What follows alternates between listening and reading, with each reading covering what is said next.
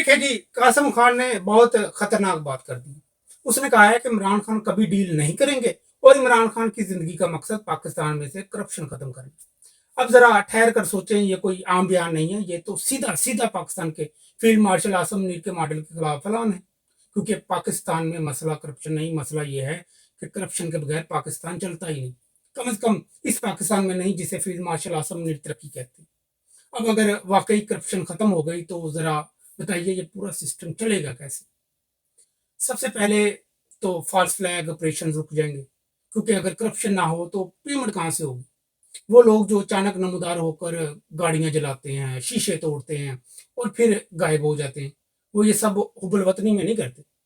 9 मई को जो गुल्लू भट्ट निकले थे, क्या वो रजाकार थे? क्या वो अपनी जेब से आए थे या फिर किसी खास मोहब्बे वतन बजट से उनकी डेली वेजेस लगी थी?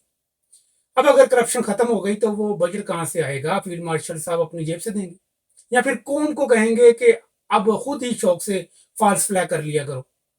फिर जरा मीडिया को देख लें, ये जो हर रात नया दुश्मन, नया गद्दार, नई साजिश, नई कहानी लेकर बैठते हैं। अगर करप्शन खत्म हो गई तो उनके लिफाफे कौन देगा?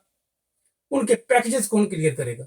और जरा वो ओवरसीज मोहब्बे वतन भी देख लें जो कल तक बेरोजगार थे और आज पाकिस्तान आकर फील्ड मार्शल आसम मुनीर का बयानियां चला रहे हैं। अगर करप्शन खत्म हो गई तो उनकी पेमेंट कहाँ से होगी? क्या ये सब लोग अचानक नजरियाती हो गए या फिर आजकल हुबल वतनी भी बैंक ट्रांसफर से आती है?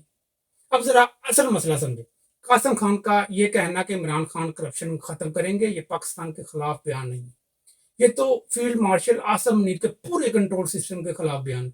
क्योंकि अगर करप्शन खत्म हो गई तो ईमानदार लोग ऊपर आ जाएंगे और ईमानदार लोग न बिकते हैं, न ब्लैकमेल होते हैं, न इशारों पर चलते हैं। और यही चीज इस सिस्टम के लिए सबसे बड़ा खतरा है।